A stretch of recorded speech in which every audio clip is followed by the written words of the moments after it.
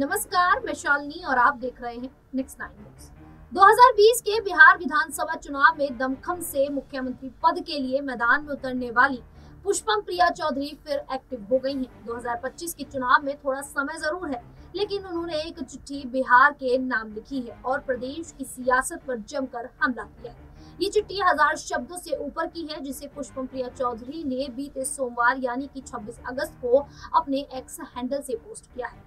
X पर post चिट्ठी में उन्होंने लिखा है, पिछले कुछ दिनों से कई बार मैंने आप सबको ये चिट्ठी लिखने का सोचा।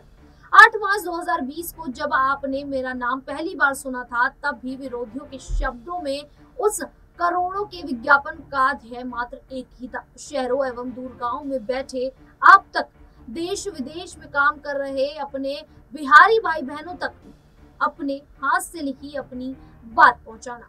आज उस दिन को 4 साल हुए। राजनीति में ये एक छोटा समय है। इन 4 सालों में मेरे जीवन में और आपके जीवन में भी कई बदलाव आए होंगे, लेकिन 2 चीजें जो नहीं बदली वो है बिहार की आर्थिक एवं राजनीतिक व्यवस्था, और इस व्यवस्था को बदलने का मेरा संकल्प आगे लिखते हैं।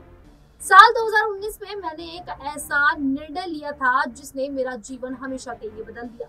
बिहार की कभी नहीं बदलने वाली सड़ी व्यवस्था को हमेशा के लिए बदलने के लिए अपना सब कुछ छोड़ना, इस देश की राजनीति के गटर में घुसने के लिए व्यक्तिगत जीवन की तिलांजलि औरों की तरह बिहार और राजनीति मेरे लिए कोई बैकअप प्लान भी न था और न है।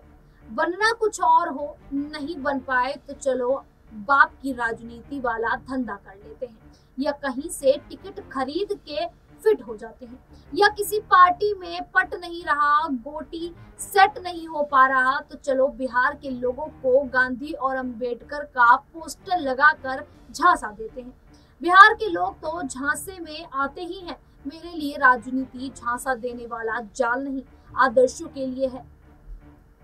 पुष्प प्रिया ने पत्र के जरिए कहा, मुझे मुख्यमंत्री का पद भगवान का पद नहीं लगता, मात्र एक पद है। हाँ, एक शक्तिशाली पद है जिस पर कहीं ना कहीं देखा जाए तो बैठना बहुत जरूरी है, और उस पद पर उसे ही बैठना चाहिए जिसे इस पद को संभालना आता हो, उसकी समझ हो, पढ़ाई हो। जैसे इलाज उसी को करना चाहिए जो डॉक्टर हो।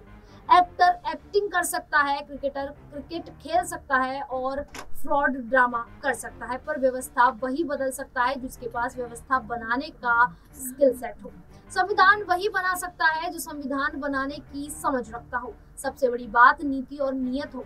इसी तरह पुष्प प्रिया चौधरी ने पत्र में आगे और भी बहुत कुछ लिखा है। बता दें कि 2020 के चुनाव में अपनी किस्मत को आजमाया, लेकिन हार का सामना करना पड़ा। 2020 में प्लूरल्स पार्टी ने बिहार की 243 में से करीब 47 सीटों पर चुनाव लड़ा था, एक भी सीट पार्टी नहीं जीती। अब पुष्प प्रिया एक बार फिर से राजनीति में एंट्री करती हुई नजर आ रही हैं। ऐसे में अब बिहार में राजनीतिक समीकरण किस तरीके से बदलेंगे, हमें कमेंट करके जरूर बताइएगा। और आपको इस पूरे मुद्दे पर क्या लगता है कि इस बार बिहार में कुछ नया होने वाला है, तो वो भी हमें कमेंट करके आप जरूर बता सकते हैं। फिलहाल के लिए इतना ही। इसी प्रकार की देश दुनिया से जुड़ी खबरों के लिए देखते रहिए नेक्स्ट 9 न्यूज।